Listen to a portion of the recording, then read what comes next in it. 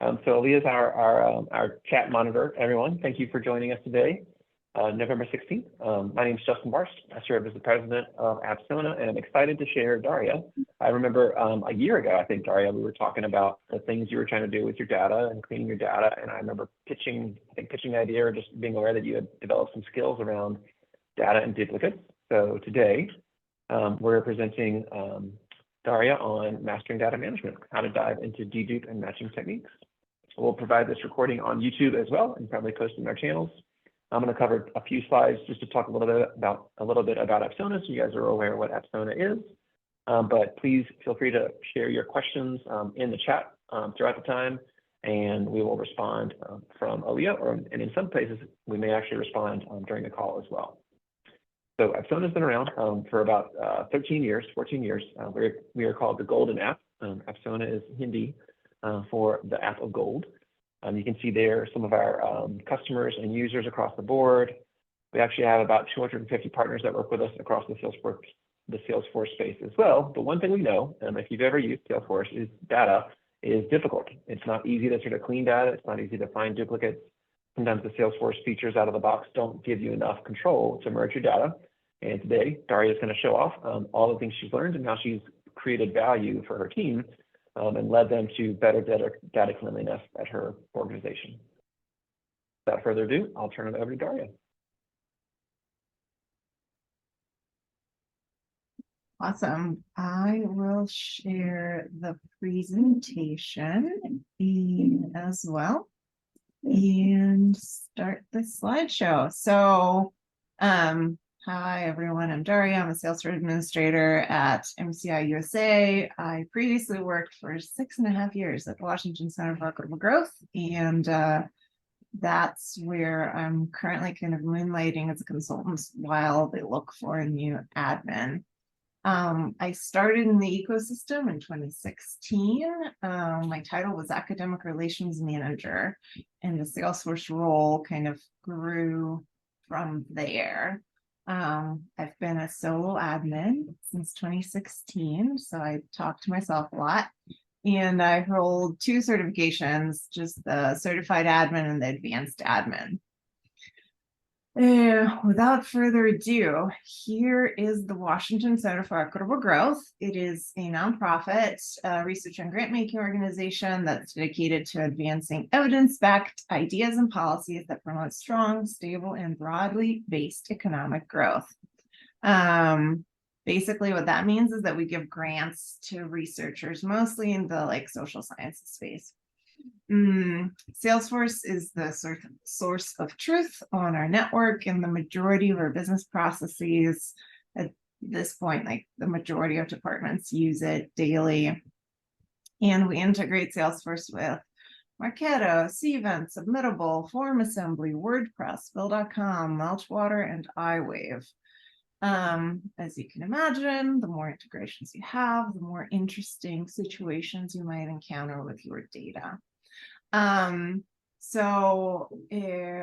We have lots of potential for dupes. Most of them are coming from Cvent. So as you probably might know, marketing automation platforms and these event registration platforms use email as the unique identifier instead of the contact ID. And that's the case with both Marketo and Cvent.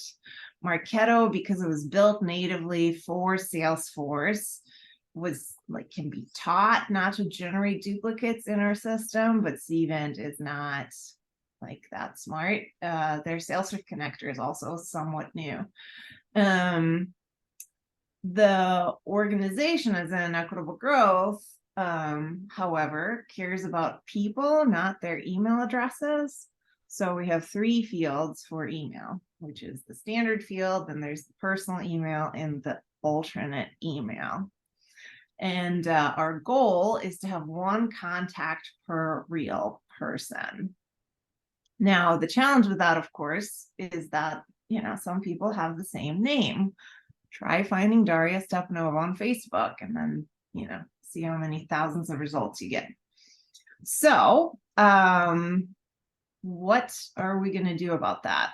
So, first of all, kind of to touch on why it's really important for us to have one contact record per person, right? This is kind of what we expect. Like everyone in the organization who uses Salesforce expects that if there are multiple contact records with the same name, they're different people. We have situations where people with the same name are a staff member and a person in their academic network. You can imagine that if you suddenly merge and like a person in their academic network, we don't really send like a lot of staff-centered communications through Salesforce, but we always subscribe our staff to the newsletter. So you can imagine it would be a little awkward, like this person suddenly starts receiving our newsletter. Not good. But we also have a very important situation where a grantee and a grant applicant have the same name. And so if you inadvertently merge those two, you would be asking for a very awkward situation where a grant applicant who applied and never received a grant is suddenly invited to like a grantee only event, and then suddenly we have to write to them and say, sorry, never mind, we never gave you a grant. Like, this is not a good situation to be in. So we are expecting that if there's multiple people, it's a meaningful like 2 people with the same name. This is very important because, right, like when staff are adding contacts to campaigns or logging their engagement with their network, they select the correct person, right? Like, again, want to make sure that we select the right person that we talk to at a conference, right? For posterity. And because staff expect 1 record per actual contact, if there are multiple records, like staff will pay attention, right? If they see 2 of the same name when they're adding an activity, they'll stop and see like where their affiliation is, for example. Or, we use meaningful filters to only add correct individuals to campaigns, right? So this brings us to kind of maintaining data quality. And at Equitable Growth, data quality is seen as everyone's job. It is the work of basically all the people in the organization. So here's how we do deduplication. During active event registrations and 1 or 2 times after the event is over, the events manager runs kind of quick deduplication checks in Apsona about once a week. Because they do that once a week, right, the number of individuals to be reviewed is not that crazy. It's a pretty manageable load. It takes about 15 to 20 minutes maybe. So it's not like a crazy task to ask from the events manager. And obviously the more they do it, the better, but once a week is where we are at. And only during the events manager. The events manager, that's not you, right? That's somebody else on your team. That's somebody else who has access to Apsona. Yep. Okay. And then give me a sense, just for our audience, how many events are you guys sort of looking at each year? I'm trying to get a sense of the scale in terms of like how often and regular do these people do it? Is it once a month, once a week, 3 times a year? Yeah, I would say we have like a couple of events per month. Some are very small. This is so like a regular process. Yeah, so it's a regular process. Some events are very small. So like if we have a group of like invitee only, like grantee circle or whatever that has 5 people, there's not going to be a lot of duplicates. But bigger events probably once a month, most months. But you're using your other marketing platforms. I remember your prior slide, Marketo and Cvent. You're sort of using those to sort of draw everyone into Salesforce through different registration pages, application pages. And then if you've been processing these grantees and grant applicants, they're already in Salesforce. So lots of data coming in, but then you're constantly sort of reviewing it to make sure that you're inviting the right people to the right events. It seems like a pretty thorough process. Was it like this when you first started there? Oh, when I first started, we used Salesforce for like managing the pipeline of our products we're releasing on our website, and that's about it. And then I had about 5,000 Okay. contacts with just first and last names and email addresses.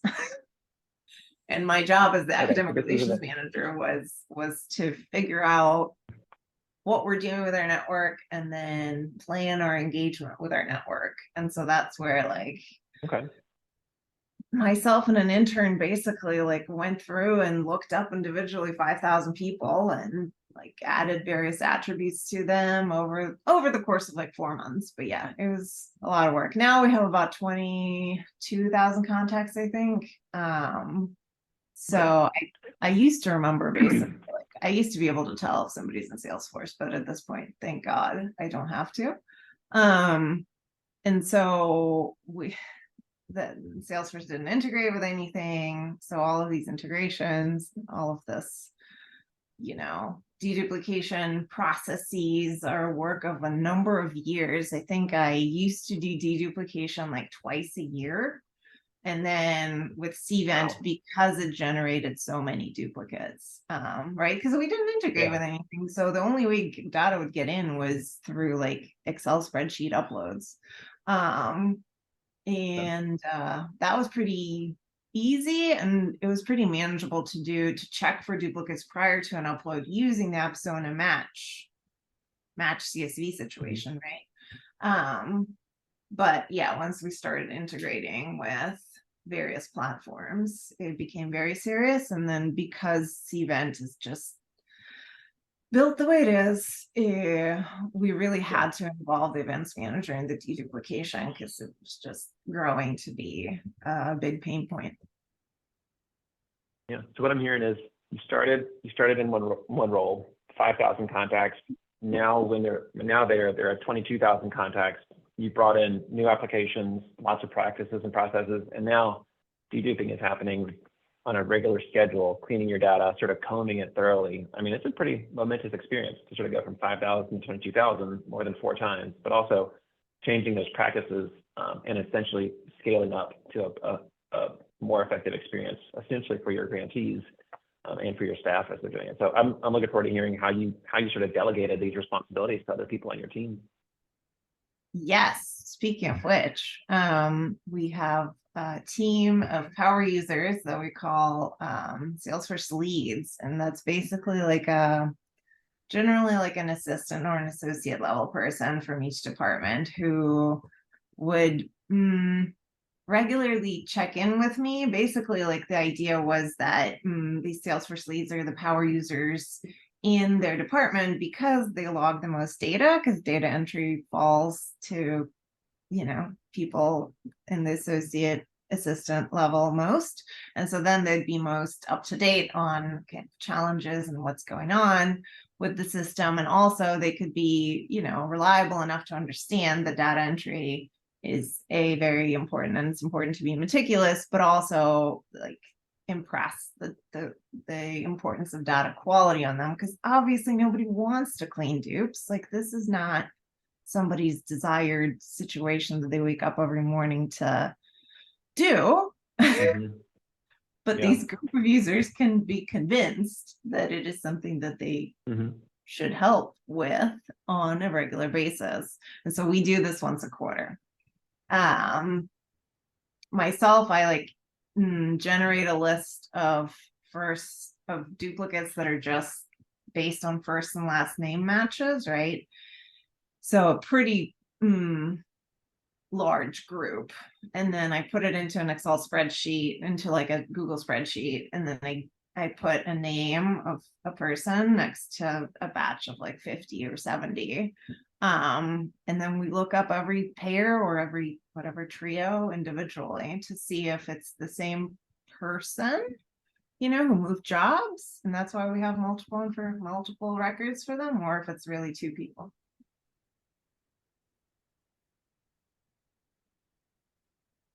And then I also do a quick like exact email match check pretty regularly, but that's really fast usually, because maybe like I do it maybe once a month. And usually there's like maybe 2 or 3 records that kind of skip our various criteria. But therefore it's super fast to merge.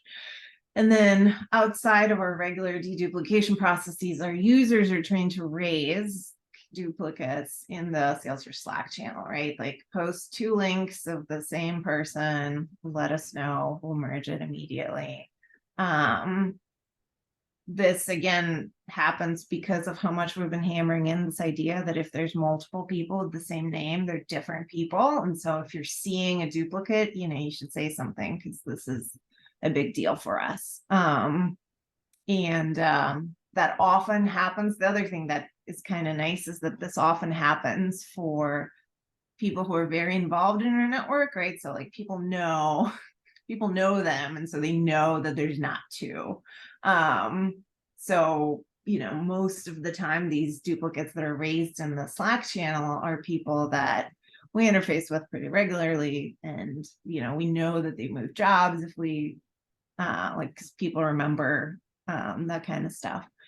So, and then the people who are moving from like an intern position to an assistant to a research assistant position are generally caught in those quarterly checks.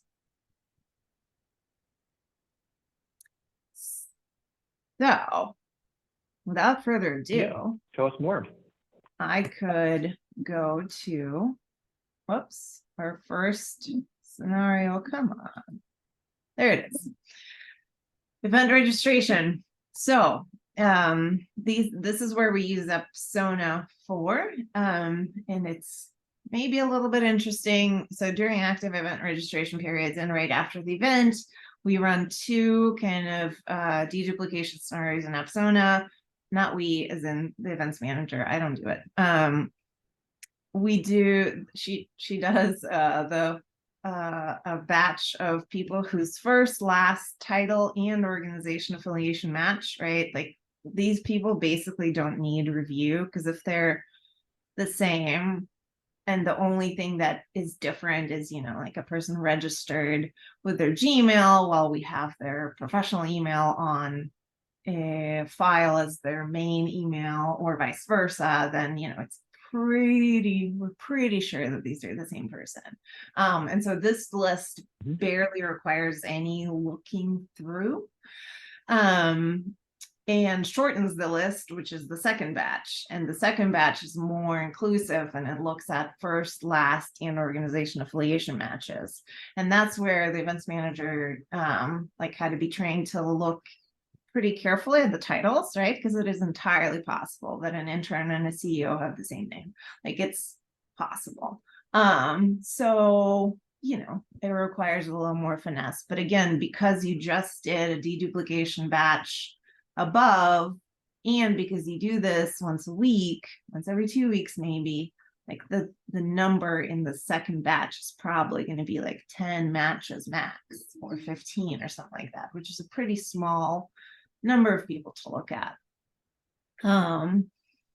It's fast, it takes care of the majority of our duplicates, brings good data in, and generally solves most of our problems, but it is not a complete solution, because of course some people, when they register, put EG instead of the full equitable growth, and some people go all out and say like Columbia University School of Business versus Columbia University. I wouldn't do that, but there are plenty of people who do.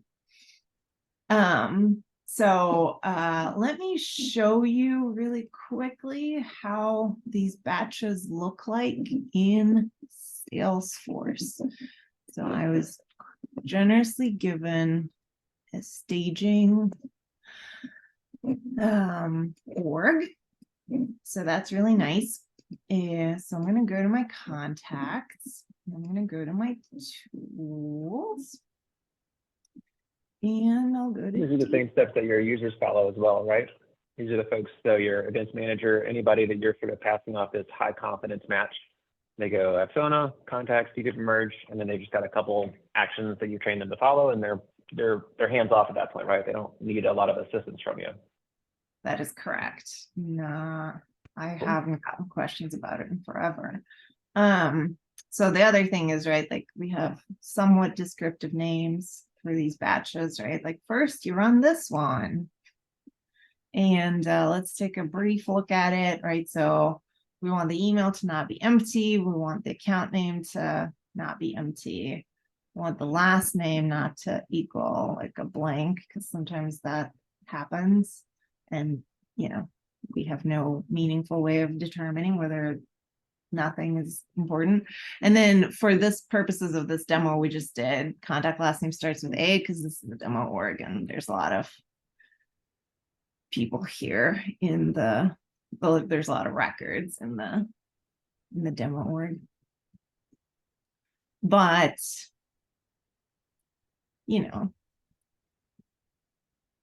so in this particular case, right, like what our events person would do basically is just click merge all, because there's a very high confidence that these are the same people.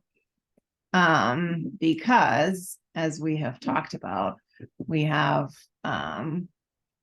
they match on the first name, they match exactly on the last name, their title. We use the first 2 words, and that generally does what we needed to do. And the company name relaxed is still pretty, like, for us anyway, it's pretty precise, and sometimes it doesn't catch some people's I don't know, changing of the way they mention their organization.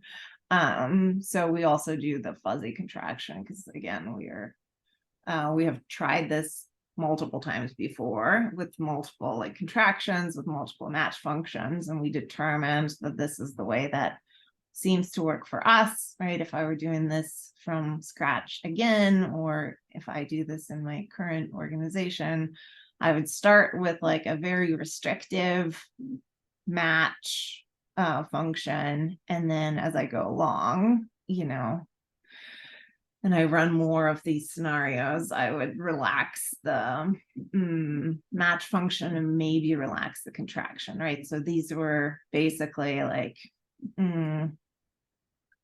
lots of trial and error here to get kind of the largest group without being overly permissive about who gets into this large group.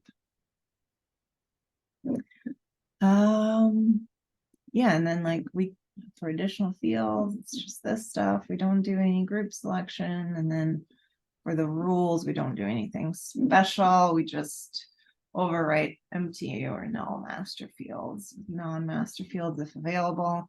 And that's where, like, be very careful not to merge a grantee and a grant applicant, because a grant applicant has a grantee, or sorry, a grantee has a grantee in a field, and a grant applicant has nothing in that field. So very careful. Anyways, and then let's look at our second batch, which is named second batch. Again, pretty similar. Jesus, we also have a bunch of these like people with unknown. I think Salesforce does that, where if it doesn't know, I think there's a website signups or something where it doesn't, if the first and last name is blank, but they somehow got into the system, it puts unknown as their first and or last. Anyway, so here's our match functions, right? Our first and our last is exact. Our first name is based on first name, which is where like Kate and Katie would be considered the same person, or I don't know, Stephen and Steve, stuff like that. And then here you can see that we're doing, since we're not including title, we're doing a more restrictive match function on the company, on the account name. So we're using company name, not company name relaxed, and then we're not doing any of this fuzzy stuff. Yeah. Ready for scenario number 2? Yeah. So this is sort of like your initial scenario one was like, hey, the data's coming in, it's going to keep coming in because of your multiple registration pages. There's like, you're never going to be without duplicates. So it's almost like a hardship that you just know you have to deal with, unless you want to hire a custom developer to do a bunch of stuff for you, which nobody's going to do. So you have Steven, Marketo, other events that are bringing stuff in. And this is just sort of like the price of doing business with Salesforce. You got duplicates, you got to merge them.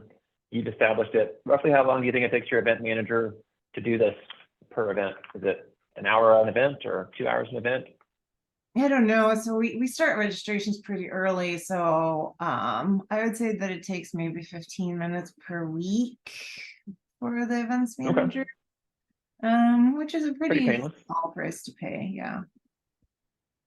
Yeah, I mean, I've been aware of a lot of dedupe users over the years at Apsona, but 15 minutes for an end user to do this is pretty light.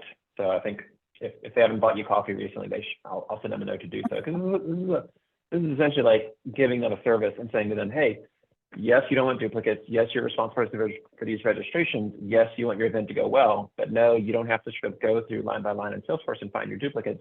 You can do it in a few passes, 15 minutes a week. That sounds like a great solution. Thank you. I will make sure the events person buys me coffee. I would like that. No, I'll probably get the bill, but yes, not a problem. That was the best scenario number 2. So this is a longer project, right? So every quarter we run first and last name matches and review them individually, meaning like we look them up mostly on LinkedIn, and it is tedious. This is your Daria Stepanova across all of Facebook, and be like, imagine looking up all the Daria Stepanovas on Facebook and going one by one, and I'd be like, which is the one that I know that lives in XYZ location, and you're trying to find the one that you know and invite So that. no, not quite. So we would look at, so you have 2 pairs of Daria Stepanovas in our database, and one has whatever, a Gmail. Well, that's a bad example. One has an equitable growth email and one has an MCI email. Which one do you want? Are they the same person? And so that's when you would look up like Daria Stepanova equitable growth, see if they're there. Generally, that's when LinkedIn would pop in and say, you know what, Daria worked at Equitable Growth and now she's working full-time at MCI. Like, and that's when you know, like, okay, well, the MCI one is the real Daria. Her Equitable Growth email is still active. But don't email her. So Got it. so that's so this is an exhaustive search, all your data, but it seems pretty. Yes. Are you doing this yourself, I guess, or do you have any interns or folks that are assisting you? Yeah, so this is where I need help. I used to do it by myself because it would be like maybe 200 some people, and now it's just more. And I also just there's less time, so I enlisted a team of people, and those are the Salesforce leads from each department. So generally, it's about 5 to 7 people. And that's what allows us to divide the list into pretty manageable chunks of 50 to 70, like 50 to 70 rows to look at. Like some of these are pairs and some of these are triples, or we very rarely have 4 people, but with the same name, but it happens, I guess. And so that's where I would run the scenario in Apsona, and then divide the list, and then everybody's supposed to tell me whether, based on their research, this is the same person who just moved companies, or same person with 2 personal email addresses or something, which happens, or if it's 2 different people. And so the issue has been that people with the same name keep popping up year after year, quarter after quarter. And I used to remember kind of many of them, but first of all, I'm delegating this task. And second of all, it is insane to remember all of the people. So after talking to Justin, I added a checkbox that says verified not duplicate to contact records. And so in our delightful scenario of, the same person for a staff member and a member of our academic network, you go in, you edit 2 records once, you check that box, and then they never show up on this list again. So the next quarter and the one after that, you never have to check those 2 people again, which obviously saves us some time. And that has been really helpful because, right, like this list now shows only true potential duplicates, excluding people who have been verified in the past. The list is shorter and therefore faster. Also, this knowledge is not in somebody's head, which is why, like, we use Salesforce to begin with, right? Like, to store institutional knowledge. And then as an added like bonus, we have a report of verified not duplicates, and that helps our events person who's responsible for cvent cleanup, because right, like duplicates merged in Salesforce don't do anything in cvent. They just, there's no data flowing back, so our events person has to do it in the cvent, on the cvent side as well, but at least she has a report of people who are like actually not duplicates. So I'm going to really briefly show the second scenario. Very simple in terms of match fields, which is it's the exact first name, I mean the exact last name, and then the first name match function for first name. And then, you know, you just get a list. You do this for all 22,000 records? Yeah, but again, we don't end up with that many because we run a pretty tight ship. So I feel like generally That's right. You've got the regular. That's a good point. I keep forgetting that. Like most conversations I have with people are like, "Hey, I'm just starting this process," but because it's like a diet, right? You've been following the diet or your exercise routine, so you're already in shape with your data cleanliness. So it's not as bad as it might be for the beginning. Okay. Yeah, generally. And again, because I was doing this pretty regularly, the only thing, so here's the conditions, right? Verified not duplicate is false, basically. And then there's a bunch of conditions up here.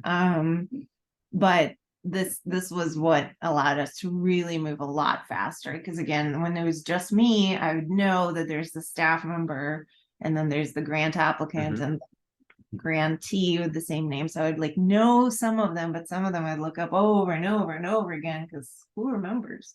And that really allowed us to have a shorter list as well. But yeah, if I were starting from the first time, well, when I started, I had a pretty small database, so it was pretty fast to go through. And I did maybe twice a year, 200-ish pairs I reviewed. And then, you know, I was like, this is not very manageable. I should get some help. And so then we reviewed a bunch of 200-ish, 300-ish pairs as a group. And then I was like, well, this is not going very well because there's all these people that we keep verifying that they're not a duplicate. And so now we don't have to verify whether, I mean, we don't have to verify somebody's not a duplicate multiple times. So do me a favor, if you'd be willing, can you sort of just, I'm gonna like highlight a couple of the features for TDIF Match. And when you scroll back down to the bottom, right, one of the benefits here is you can just scroll up at the top, adjust some things, scroll back down to the bottom, hit save and find, and it's very iterative. It's all on one page. When you're down at the bottom, I'm just curious as you're going through it, do you sort of just click on the grouping and then mass merge there, or do you actually use the custom merge? Like I'm curious, which one, do you sort of just click on this section here, sorry to draw on your screen, or do you use the custom merge? I'm curious which one is your sort of go-to function when you're merging records. What is this? This is the so when you custom hover in the purple ribbon, if you hover over the purple ribbon right here and get that little purple one, some people love this custom merge and the ability to sort of like say, hey, I can highlight only the mismatches on screen, like this mismatches option. And it sort of like quickly sort of does a little bit of the thinking for you and says, hey, only show the lead fields that aren't the same across all these records. And then it lets you choose the winning values across up to 5 of them. I was curious if you like this one the best, or you prefer to use like the table-based view from the mass merge function, because this one lets you do one group at a time. Good question. So because I outsource this, right? So what I do is I export this to Excel, and then I make a Google situation. And so I have like a handy spreadsheet open here in another tab that says these people are duplicates. This is the winning record. So what I do is I just go through that. Also, Jesus, I'm a bit of a control freak, but I check people's work too sometimes. Like the first 5 or 10 to be a control freak. Yeah, because sometimes people don't understand what I'm asking, regardless of how many times you explain. And so the first 10-ish pairs that people have given me, and they're like, oh, this is the right duplicate, this is the right record. I check myself in LinkedIn or something and make sure that the person actually did the work. So that's how I do it. And then inevitably I'm doing this slowly, and then I run out of time, and so I have to merge. And because I'm a person, I can't do this for hours. So I uncheck some of them, I merge them, and then I come back another hour or whatever. Okay. Thanks for sharing. Yeah, that's helpful.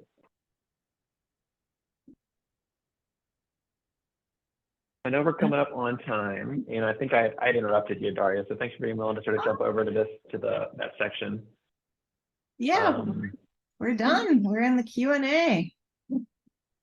Yeah, so great. So the team, I am sometimes I'm a control freak like Daria. I will hold my hand and say, yes, I like data to be a certain way. Aaliyah can attest to this. We were doing dedupe merge actions this morning. You may not be surprised, but if you work at Apsona, you have to dedupe your own data. Yes, it's a requirement, and yes, we use Apsona Dedupe and Match to do so. So I do it with our teams. What questions from the audience are open? You guys can come off mute if you want. Aaliyah can unmute you, or you can type your question into the chat. General questions about how Daria sort of rolled out the solution and sort of created value for her team, or just general questions for the Apsona team. If not, I'm going to start doing some stand up, and then you guys will quickly leave, and then it'll be horrible.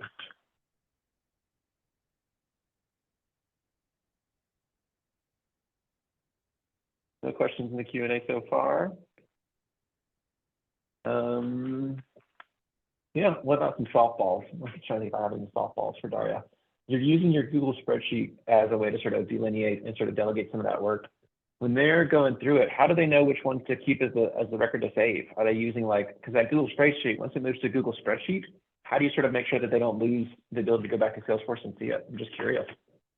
So I don't give access to Apsona to the Salesforce leads, and that is how I prevent unwanted merges. I do all the merging myself. It's more work, but it allows me to check the people's work and ensure that they actually understand what I asked.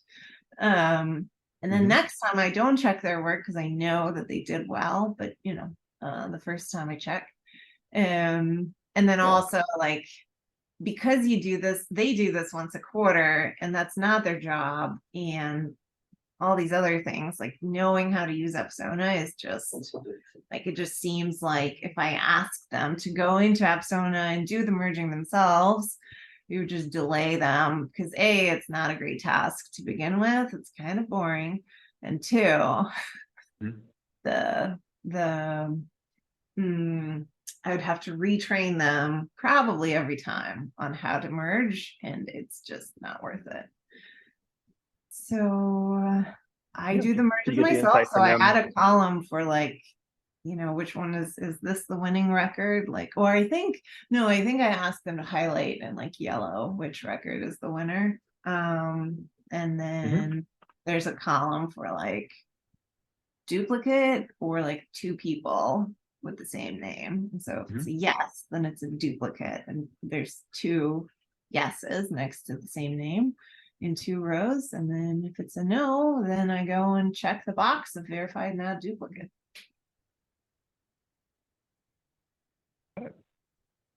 Yeah, it gives you a way to stage the information out to other staff members, but also keep control and make sure that it's like a QA step almost. You're like, hey, they've done the matching, they've done the research, but you're not, if the errors are then made, you're still responsible for the end product. The end product is data cleanliness, and you have to sort of keep an eye on that, make sure that it's maintained. Yeah, people will ask me if we ever send that grantee or that grant applicant a grantee email. Yeah, they don't ask everybody else. They go to you as the source of truth. Understood. Yeah. Well, I'm not seeing any questions. What do you guys think, Aaliyah?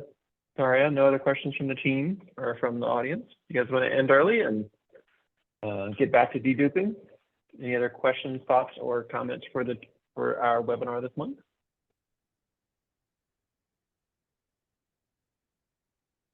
All right.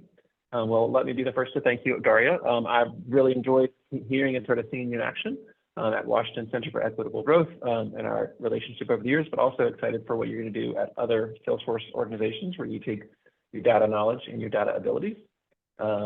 Yeah, really appreciate you being willing to come in and talk about all the things that you've used Apsona for. Thank you for the opportunity, and thank you to the audience for listening. Scott, thank you. All right, everybody, have a wonderful week, and we will see you later. Bye, guys.